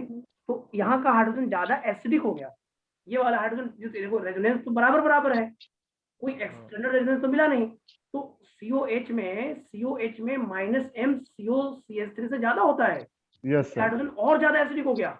अगर ये हाइड्रोजन जितना ज्यादा एसिडिक होगा उतना जल्दी हाइड्रोजन दे देगा ना, तो ए के बाद बी होगा, बी के बाद डी होगा, डी के बाद ई होगा और लास्ट में सी होगा। आंसर होगा A B D E और C होगा आंसर, ये ऑर्डर सही होगा, समझ में आया? A B sir D E C, हाँ बोलो। एक चीज बता दीजिए सर, अभी तक हम लोग जो बीटा कार्बोनिल का आपने कॉन्सेप्ट बताया था ऊपर, दो हाँ चीजों में रिलेट किया था, उसमें बताया था एक में OCH3 लगा था, एक में क्या कहते हैं CH3 लगा था। तो OCH3 का मतलब कम हो जाता है, मतलब लेस इलेक्ट्रोनेगेटिव हो जाता है ये, और ऊपर वाला ज्यादा इलेक्ट्रोनेगेटिव हो जाता है। यस ठीक है, ठीक है, हाँ ठीक है, तो जो इलेक्ट्रोनेगेटिव ज्यादा रहेगा इतना उतना आसानी से H+ दे देगा। सही बात है। ठीक, तो तो सर इसमें बीटा कार्बोनिल में ये रेजोनेंस वाला कॉन्सेप्ट कहाँ से आ गया? रेजोनेंस वाला कंसेप्ट क्यों नहीं आएगा यार, इनॉल बढ़िया ना है। अब देखो CH3CO में एक्सटेंडेड रेजोनेंस नहीं था, यहाँ देखो खुद ही, आप देखो क्यों नहीं रेजोनेंस आ जाएगा यार, तो जब इनॉल रेजोनेंस होने से क्या वो आसानी से H+ डोनेट कर देगा क्या सर? नहीं नहीं नहीं, देखो हाँ पीएचसीओ का जो -M है, पीएचसीओ का -M तो होता ही है ना, ये सब हाइड्रोजन एसिडिक है, जितने सर हाइड्रोजन वो सब। होता है, लेकिन COH से तो कम होता है ना, COPH का। हाँ, COPH का COCH3 से कम होगा, COH से भी कम होगा, मानता हूँ मैं। हाँ लेकिन हाँ। जब जब इसका आप हाइड्रोजन निकाल दिए, तो इसके कारण इस पाई बॉन्ड की स्टेबिलिटी बहुत तेजी से बढ़ गया ना, इस पाई बॉन्ड की स्टेबिलिटी भी तो बहुत तेजी से बढ़ा। देखो बहुत ज्यादा माइनर डिफरेंस है एसिडिक हाइड्रोजन में, यहाँ पे माइनर डिफरेंस है, बहुत ज्यादा डिफरेंस नहीं है। जैसे अगर इस एसिडिक हाइड्रोजन में अगर 99% ये एसिडिक है, तो ये मान लो 100% है, बस इतना ही का फर्क है। तो थोड़ा सा फर्क है। अब इस हाइड्रोजन को निकाल दिया, आप मान लो निकाल दिए, तो बाद में तो आपको स्टेबिलिटी बहुत मिल गया। आप देखिए तो सही, बाद में कितना ज्यादा स्टेबिलिटी मिला है आपको।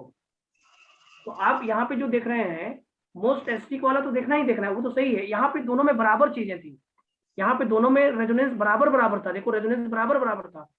तो फिर मैंने यहाँ पे एसिडिक स्ट्रेंथ देख लिया इसका। लेकिन यहाँ पे क्या था, क्योंकि पीएच का आगे जो जाकर रेजोनेंस बहुत ज्यादा मिल रहा है, आप देखो तो सही। आपको क्या लगता है इस पीएच का रेजोनेंस मिलते मिलते मिलते मिलते इतने बड़े एरिया में डिलोकलाइज हो जाएगा कि उसकी स्टेबिलिटी बहुत बढ़ जाएगी। हम इनॉल की स्टेबिलिटी को भी देख रहे हैं, ऐसा नहीं कि सिर्फ हम हाइड्रोजन को निकालने की देख रहे हैं बस। हम क्या देख रहे हैं, हम इनॉल की स्टेबिलिटी भी देख रहे हैं। क्या आपने एरोमेटिक बनाया तो आपने इनॉल की स्टेबिलिटी नहीं देखा था, आपने स्टेबिलिटी पे फोकस करा था। बात जी समझिए, हमने स्टेबिलिटी को फोकस करा। आप जो टेबल की बात कर रहे हैं मुझसे, तो टेबल की सर। बात इसलिए कर रहे हैं क्योंकि आप इसलिए कंफ्यूज हो रहे हैं, क्योंकि मुझे यहाँ पे और कोई स्टेबिलिटी नहीं मिल रहा था। मैं क्या करता, यहाँ पे देखिए दोनों में हाइड्रोजन बॉन्डिंग था, इसमें भी हाइड्रोजन बॉन्डिंग था। हाँ सर, मुझे यही और, लाइन। तो हाँ वही मैं बोल रहा हूँ कि अगर इसमें हाइड्रोजन बॉन्डिंग था, इसमें भी हाइड्रोजन बॉन्डिंग था, तो मेरे हाँ पास तो कोई ऑप्शन नहीं था जिसके बेसिस पर मैं इसको एक्सप्लेन कर पाऊँ। एक यही बेसिस था जहाँ पे हाइड्रोजन की एसिडिक स्ट्रेंथ को देख रहे थे। सेम यहाँ पे जी बेसिस है। देखो जब बेटा यहाँ पे बेसिस है, जब मैं CH3CO और HCO को देख रहा हूँ, तो हाँ। यहाँ पे और कोई बेसिस नहीं होगा, क्योंकि रेजोनेंस तो बराबर है, जी हाइड्रोजन सर। बॉन्डिंग दोनों में बराबर है। तो सर बेसिस क्या होगा यहाँ पे, यही बेसिस होगा। हाँ बोलो, ये तो हम कंफ्यूज हो गए थोड़ा बहुत। क्या बोलो, तुम मुझसे बोलो, बताता हूँ मैं। सर जैसे ये सर ये ए बी वाला तो ऑप्शन एकदम क्लियर हो गया। ठीक है, सर सी डी वाले में से हमको ये सीओ और CH3 वाले में से हम लोग एसिडिक स्ट्रेंथ देख रहे थे, तो जो जितना ज्यादा -M रहेगा वो उतना ज्यादा एसिडिक बना देगा उसके बगल वाले कार्बन के H ठीक को। है, तो फिर ठीक है। तो तो इसमें CO CH3 का कम माइनस है, उसमें -M है, और COH में -M है। हाँ सही बात है। तो ये डी सही वाला है। तो ज्यादा एसिडिक हो गया, ठीक है। लेकिन सर फिर जब ये बीटा डाइकार्बोनिल वाला और बीटा डाई कीटो ईस्टर वाले में सब करेंगे, तो सर उसमें फिर कैसे करेंगे? बीटा डाइकार्बोन बीटा कीटो एस्टर में तो एकदम क्लियर कंसेप्ट है। डाइकार्बोनिल वाले में क्या है, -M ज्यादा है और ईस्टर का -M कम होता है। ईस्टर का -M कम होता है, तो फिर उसमें क्या सोचना है, उसने कहानी नहीं रही। बीटा डाइकार्बोनिल और बीटा, ये सब beta dicarbonyl, beta keto ester को तो लाओ ही मत आप। जब मैं बीटा डाइकार्बोनिल दे रहा हूँ तो मैं बीटा डाइकार्बोनिल पे सोचूंगा कि बीटा कीटो एस्टर को सोचूंगा। इस क्वेश्चन में अगर मैंने बीटा यस सर। डाइकार्बोनिल दिया तो बीटा डाइकार्बोनिल सोचेंगे। और बीटा हम्म। डाइकार्बोनिल के बेसिस पे आपको क्या लगता है सी डी और ई में कैसे एक्सप्लेन करिएगा, आप ही सोचिए, थोड़ा सा मुझे बता दीजिए क्या कैसे एक्सप्लेन करिएगा आप? क्या एक्सप्लेन का तरीका होगा, अभी मुझे सर सोच के बस खाली बताइए। दो ग्रुप ही है, CO CH3 और COH, तो इन दोनों हाँ को लेकर करेंगे। सही बात है। हर देखो अगर आप यहाँ पे इनॉल बनाओगे तो सब एक जैसा इनॉल दिखेगा कि नहीं दिखेगा, मुझे हाँ इतना ये बता सर दो। सारे एक ही जैसा दिखेगा। तो फिर आगे का एक्सप्लेनेशन का क्या तरीका होगा? फिर क्या दोनों है? ग्रुप्स के तो फिर हमें यही देखना कैरेक्टर को पड़ेगा ना कि कौन देखेंगे। सा हाइड्रोजन जल्दी डोनेट हो जा रहा है। हाँ। तो सर, हाँ बोलो, अब बोलो। तो क्या हम ये कह सकते हैं कि हम H+ को निकालने से पहले हम उस कंपाउंड की स्टेबिलिटी को देखेंगे, क्या कहते हैं कि वो स्टेबल भी ज्यादा होना चाहिए, क्या कहते हैं? हाँ वो तो सही बात भी है। तो एक तो तरीका है ही, वो इनॉल की स्टेबिलिटी होनी चाहिए, जो चीज बना रहे हो आप उसकी हाँ स्टेबिलिटी होनी चाहिए। उसकी स्टेबिलिटी नहीं है तो फिर आपको बनाना ही बेकार है। अगर उसकी स्टेबिलिटी नहीं आ रही है तो बनाना बेकार है। अब आप खुद सोचिए ना, ठीक जब है। आपने इनॉल पीएच के साथ बनाया तो आपको नहीं लगता है कि पीएच का रेजोनेंस काफी ज्यादा देर तक मिलेगा आपको, और ये जी सर, एक्सटेंडेड जी ठीक रेजोनेंस है, है। काफी ज्यादा रेजोनेंस है। तो क्या वो इनॉल बहुत ज्यादा स्टेबल नहीं है क्या? और आप खुद सोचिए सी डी ई में कैसे एक्सप्लेन करिएगा आप? आपको तो सब जगह रेजोनेंस लेकिन बराबर है। सर, एक बात और तो है ना कि आप एक मतलब जैसे एक बार बोले कि जो जितना स्टेबल हो जाएगा वो आसानी से कोई चीज देना थोड़ी चाहेगा, क्या कहते हैं? नहीं नहीं नहीं नहीं नहीं, मैंने ये बोला है कोई स्टेबल हो जाएगा, कोई स्टेबल है, जैसे मैंने बोला पहले इनॉल पर, तो इनॉल तो कंटेंट देख रहा हूँ तो इनॉल की ही बात करेंगे भाई। अगर मैं इनॉल कंटेंट देख रहा हूँ तो मुझे इनॉल की ही स्टेबिलिटी देखनी होगी ना, कि मैं कीटो की स्टेबिलिटी देखूंगा। अगर मुझे इनॉल कंटेंट देखना है तो हम इनॉल की स्टेबिलिटी ही देखेंगे ना, ये तरीका तो यही होना चाहिए। Yes sir. लेकिन अब इनॉल बना लेते हैं हम, मान लो इनॉल बना लेते हैं हम, तो अब जैसे बीटा कीटो एस्टर और बीटा डाइकार्बोनिल में दोनों में इनॉल लगभग एक जैसा दिख रहा था, बहुत ज्यादा टेंशन नहीं दे रहा था। लेकिन अब इनॉल कौन जल्दी बना रहा था, इस पे क्वेश्चन मार्क हो गया। Question mark sir. इसमें था कि इनॉल जल्दी कौन बना रहा है। कौन बना रहा है? तो देखो जब दोनों की स्टेबिलिटी बराबर हो जाएगा तो आपको क्या दूसरा नजरिया क्या होना चाहिए, क्या नजरिया दूसरा होना चाहिए? उनका ग्रुप माइनस एम कौन ज्यादा आसानी से मतलब दे देगा, मतलब प्लस वन कौन कर देगा। जल्दी इनॉल बना लेगा, हाँ इसमें इनॉल बनाने की टेंडेंसी ज्यादा है। दूसरा नजरिया देखना पड़ेगा ना, एक नजरिया सेम हो जाए दूसरा नजरिया करना पड़ता है।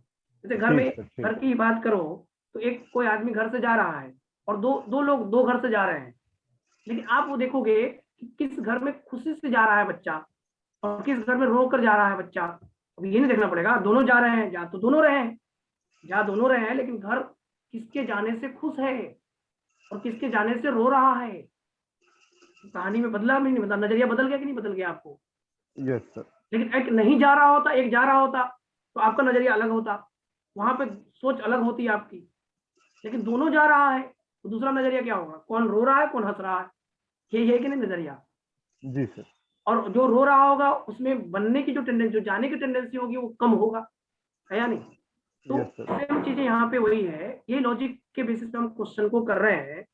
अगर मुझे इनॉल कंटेंट देखना है, फिर से सुन लो, इनॉल कंटेंट देखना है तो हमें इनॉल की स्टेबिलिटी देखनी है। और ये जितने क्वेश्चन हमने दिए थे वो सब बीटा डाइकार्बोनिल का दिया था मैंने, तो कोई कंफ्यूजन नहीं था, सब क्वेश्चन बीटा डाइकार्बोनिल का है। तो पहला और दूसरा ए और बी में एक्सटेंडर रेजोनेंस है, सीटीई में अब एक्सटेंडर रेजोनेंस नहीं है और इनॉल एक जैसा दिख रहा है। तो अगला केस हमारा ये होगा कि इनॉल जल्दी कौन बना रहा है। तो इनॉल जल्दी कौन बनाएगा, फॉर्मल्डिहाइड वाला, HCO वाला, जी सर। जी तो माइनस एम उसका ज्यादा स्ट्रॉन्ग है। अभी समझ में आया? Yes sir. कंफ्यूज कहीं नहीं होना है, तो कंफ्यूज हो जाओगे तो ज्यादा दिक्कत है, तब तो टेंशन हो जाएगा। देखो आपके पास जो क्वेश्चन आएगा, मैं एक बार आपको क्लियर कट पिक्चर देता हूँ, आपको थोड़ा समझिए, सुनिए मेरी बात। अगर आपके पास क्वेश्चन मिक्स करके आया तो आप वही तरीका लगाइए, aromatic enol, beta dicarbonyl, beta keto ester, polyketone, monoketone, ये ऑर्डर लगाइए, ये एकदम सही तरीका है, कहीं गलत नहीं होगा। लास्ट में एरोमेटिक एंटी एरोमेटिक को रखिए, ये पूरा क्लियर है। अब अगर मान लो क्वेश्चन एक ही जैसा आ गया, सब बीटा डाइकार्बोनिल का आ गया, तो अगर पीएच रख रहा है, पीएच दिख रहा है, बीटा डाइकार्बोनिल पीएच है, तो सबसे ज्यादा इनॉल कंटेंट होगा। फिर अगर HCO है तो उस पर माइनस एम देख लीजिए, HCO है, CH3CO है, माइनस एम देख लीजिए, माइनस एम ज्यादा है तो इलेक्ट्रॉन ज्यादा विड्रॉ करेगा, और ज्यादा विड्रॉ करेगा तो उसमें इनॉल बनने की टेंडेंसी ज्यादा होगा। यस और नो? समझ आ रहा है? Yes sir. कुछ आया? अभी क्लियर हुआ? हाँ। Yes yes sir. Example number 3 देख लीजिए, आसान है, ज्यादा टेंशन नहीं है। ये वाला क्वेश्चन आपको मॉड्यूल में मिल जाएगा, ये वाला क्वेश्चन जो है मॉड्यूल में मिलेगा, जिसमें पीएच वाले का ज्यादा बोलना है। आप अगर आपको ज्यादा दिक्कत हो रहा है आप याद कर लीजिए, ये क्वेश्चन अब आएगा भी नहीं ऐसे, जब भी क्वेश्चन आता है तो मिक्स करके ही आता है, तो टेंशन बहुत नहीं है, टेंशन बहुत नहीं है क्या? नहीं सर। तो इनॉल कंटेंट के लिए दो बातें ध्यान रखो, बस दो बातें, मेरी दो बातें सुन लो और उन्हीं दो चीजों को याद रखो, क्योंकि हर चीज नहीं याद कर सकते हम, और हर चीज का बहुत चीजें आप करोगे तो वो चीजें ओवरलैप कर जाएगा। एकदम क्लियर कट पिक्चर रखो। अगर क्वेश्चन मिक्स करके आ रहा है, जैसे समझ में हम शॉर्ट नोट्स बना रहा हूँ, शॉर्ट नोट्स भी बनाए अगर आप तो ऐसे ही बनाए।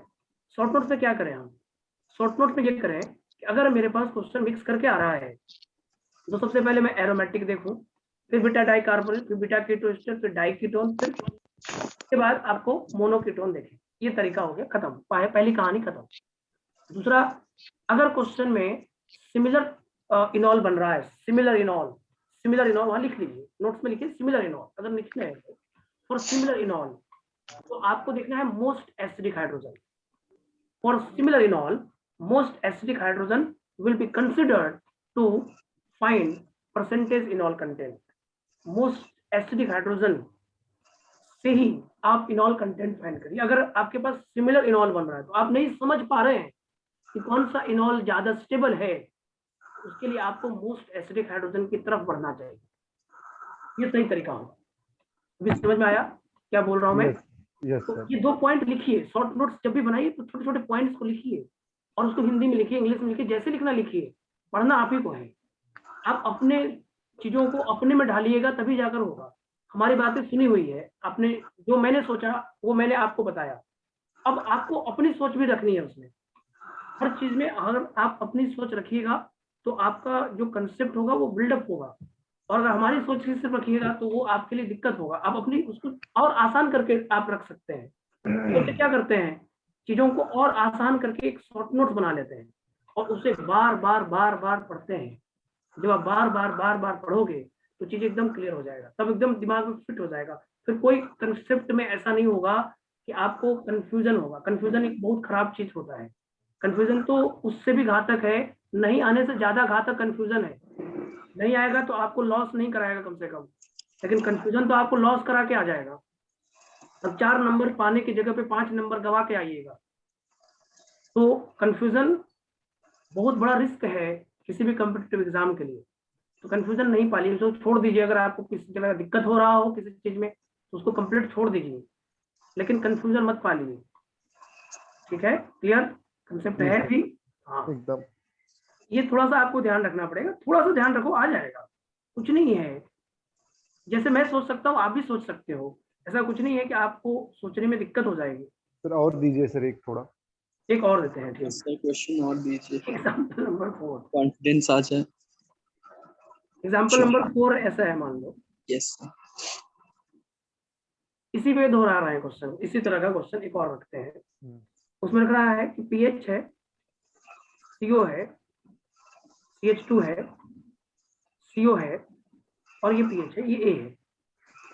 अगला क्वेश्चन दिया है पीएच, CO, CH2, CO, और ये H है, B है।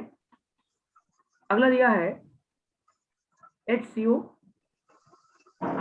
CH2, COCH3, ये C है।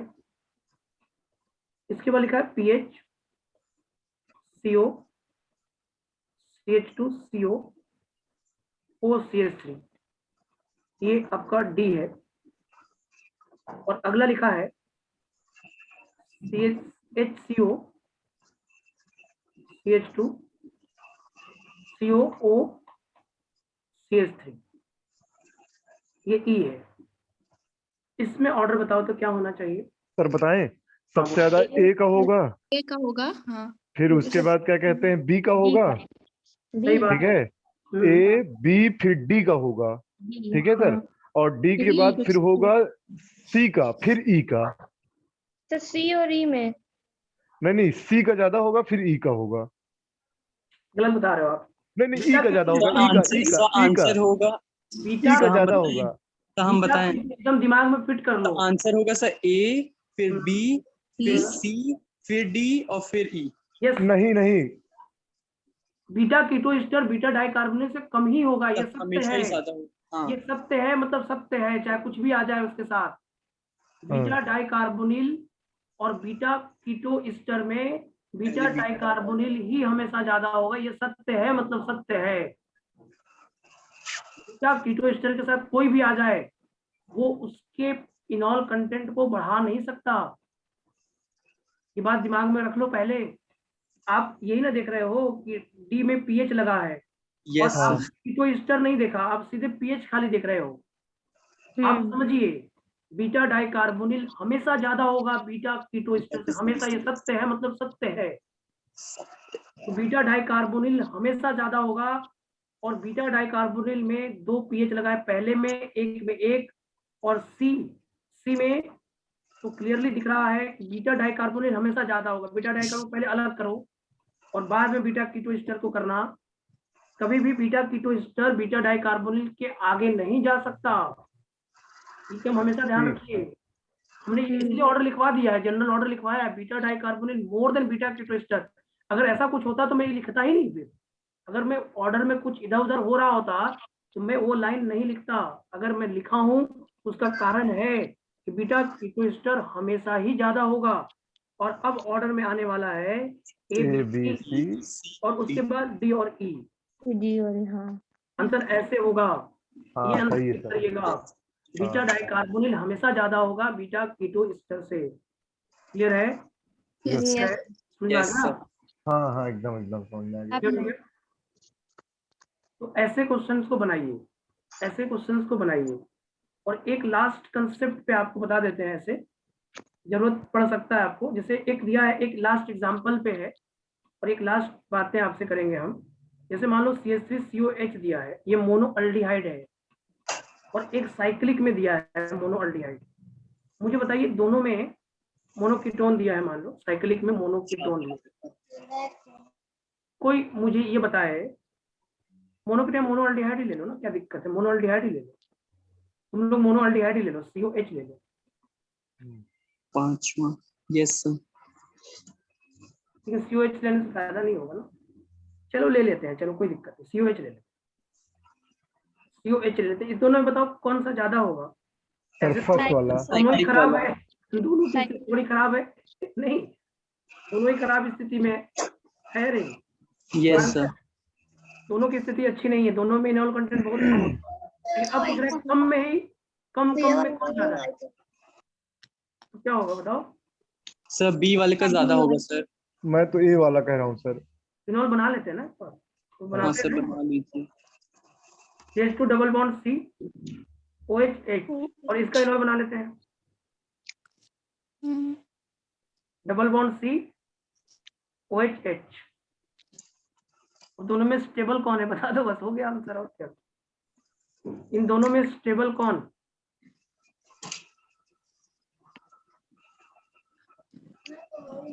इसमें मुझे कुछ कहना है या नहीं कहना है? नहीं ना कहना है। सर बी वाला ही होना चाहिए।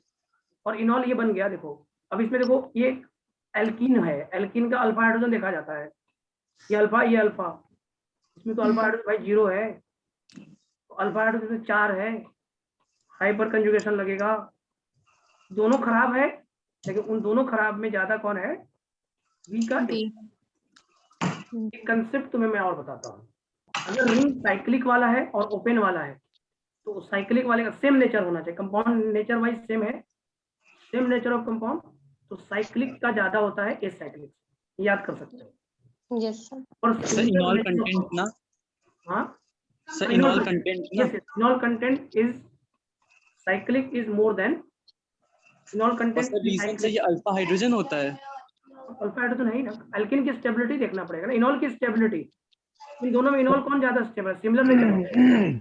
Yes sir. सर हाँ बोलो। अगर इसका कीटो फॉर्म बनाएंगे तो ये O- और बॉन्ड यहाँ जुड़ जाएगा, बोलो क्या? ठीक है। तो कार्बोनाइन कभी भी हाइपर कंजुगेशन नहीं शो करता है ना सर। कार्बोनाइन बनाएंगे तो इनॉल ये बनता है कि नहीं बनता? कार्बोनाइन छोड़ो, कार्बोनाइन की कहानी, कार्बोनाइन कहाँ बना रहे हैं हम कार्बोनाइन का हम इनॉल बनाए, इनॉल यही बनेगा कि नहीं बनेगा, मुझे बस इतना बता दो। हाँ सर ये तो बनेगा। और आप इतना तो आप भी समझदार हो कि दोनों का इनॉल कंटेंट बहुत खराब है, आपको पता है इसका 0.001% है, तो थोड़ा ज्यादा हो जाएगा, कोई बहुत बड़ा अस्तित्व थोड़ी है इन दोनों का, इन दोनों का कोई एग्जिस्टेंस थोड़ी है। लेकिन आप खुद सोचिए ना, अगर मैं दोनों का इनॉल बनाया तो दोनों में इनॉल कौन ज्यादा स्टेबल, मुझे इतना बताइए बस आप। बी। बस बी वाला। आंसर हो गया। मैं यही बोल रहा था कि अगर ओपन और साइक्लिक में बात कभी हो रही है और सिमिलर नेचर है तो साइक्लिक का ज्यादा होता है, ये लिख लो आप, साइक्लिक का ज्यादा होता है और इसका एक्सप्लेनेशन आपके सामने है। सर पता तो था कि सर साइक्लिक का ज्यादा होता है, लेकिन सर रीजन नहीं पता था कि ये अल्फा हाइड्रोजन की वजह से होता है। साइक्लिक का वो पता था डायरेक्ट वाला। तो alpha hydrogen stability alpha hydrogen से भी हो सकता है, रेजोनेंस से भी हो सकता है, कुछ से भी हो सकता है, उसमें क्या है?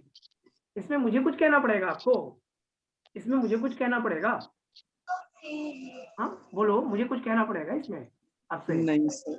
अब आप खुद सोचो, अगर मैं इसी में थोड़ा सा क्वेश्चन और ट्विस्ट कर देता, कहता कि चलो ठीक तुम लोग समझदार हो, चलो इसको बताओ इसमें स्टेबल कौन है, इसमें इनॉल कंटेंट किसका ज्यादा होगा, अगर मैंने इसी क्वेश्चन को थोड़ा सा और दोहरा देते, चलो लो तो बताओ इनॉल कंटेंट किसका ज्यादा है?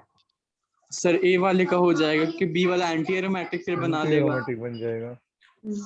मैंने बना के तो देखो भाई एक बार, ऐसे कैसे, ऐसे कैसे, इसका इनॉल एक बार बना के तो देखो यार, इसका इनॉल एक बार बनाकर तो देखो, इसका इनॉल ये बनेगा भाई, ये बनेगा डबल बॉन्ड COH, ये इनॉल बनेगा भाई। इसका एंटी एरोमेटिक कैसे हो गया ये? अब आपको अच्छा कुछ हाँ सही clear नहीं आ सही, रहा है, कॉन्जुगेशन आ गया। कंजुगेशन आ गया तो और स्टेबिलिटी बढ़ गया, है नहीं? तो इसका Yes, मतलब sir. ये वाला ज्यादा हो जाएगा तुम्हारा।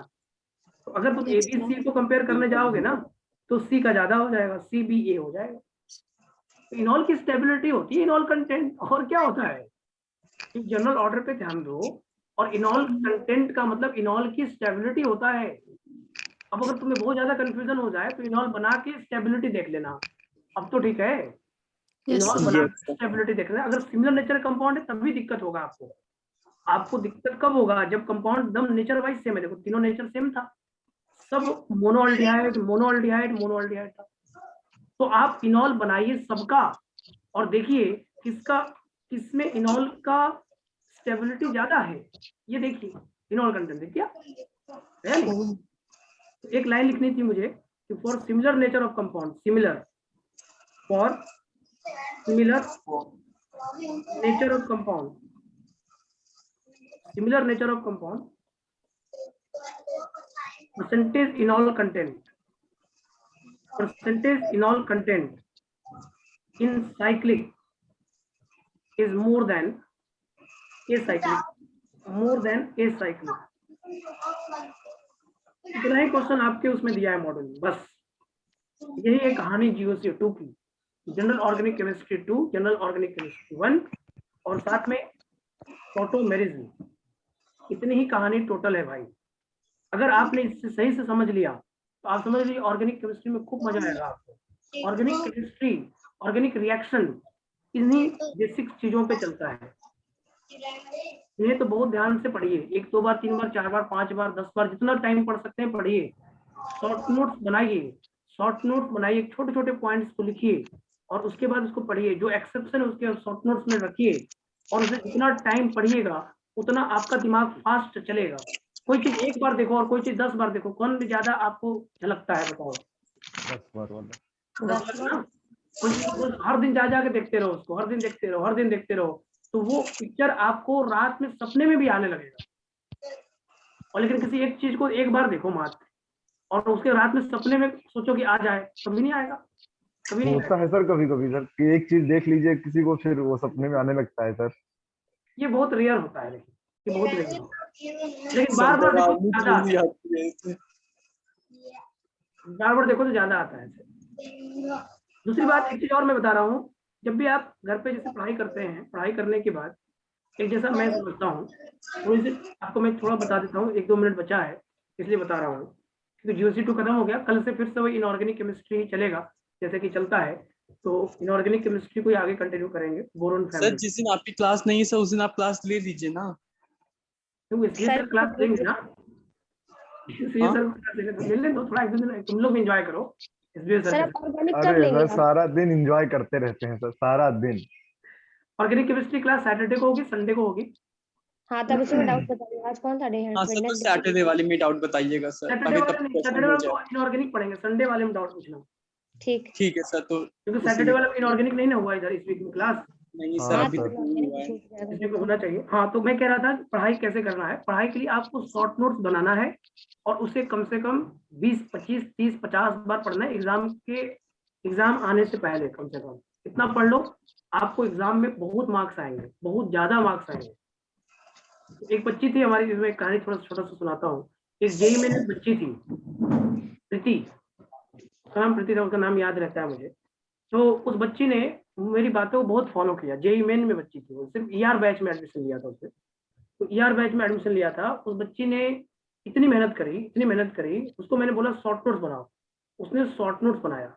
और शॉर्ट नोट्स को कम से उसको थोड़ा नॉलेज, मतलब क्या था ना, एवरेज बच्ची थी एकदम, मतलब बहुत ज्यादा टैलेंटेड बच्ची नहीं थी, एक एवरेज बच्ची की बात बता रहा हूँ।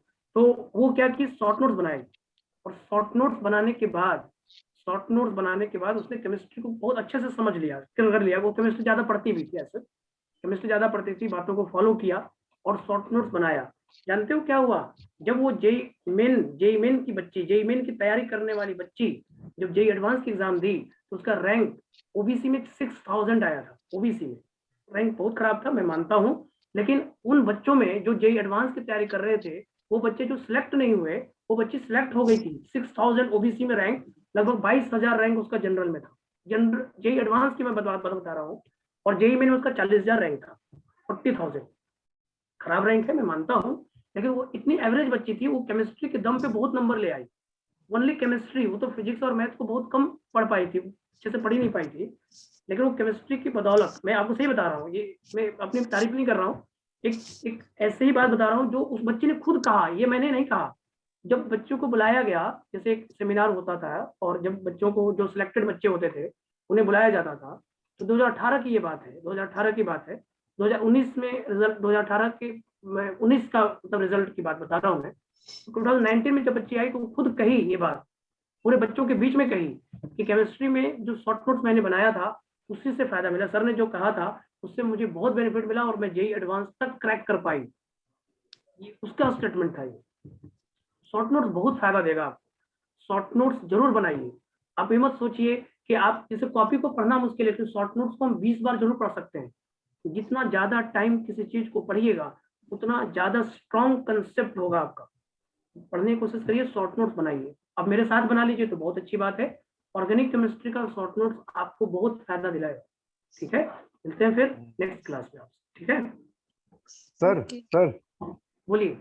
सर वो नेम्ड रिएक्शन सर एक साथ बताएंगे कि जहां जहां आएगा वहां वहां जहाँ बताएंगे जहाँ सर? आएगा वहाँ वहाँ। जैसे अगर मैं आपको पहले रिएक्शन मैकेनिज्म पढ़ाऊंगा, तो रिएक्शन मैकेनिज्म में नेम नहीं आएगा। जब मैं हाँ फिनॉल पढ़ाऊंगा, एनिलीन पढ़ाऊंगा, तो नेम हाँ। आएगा। जब मैं पढ़ाऊंगा आपको कार्बोनिल कंपाउंड, तो नेम आएगा। तो कार्बोनिल अच्छा, मतलब कंपाउंड जहां जहां आएगा वहां वहां बताएंगे ना?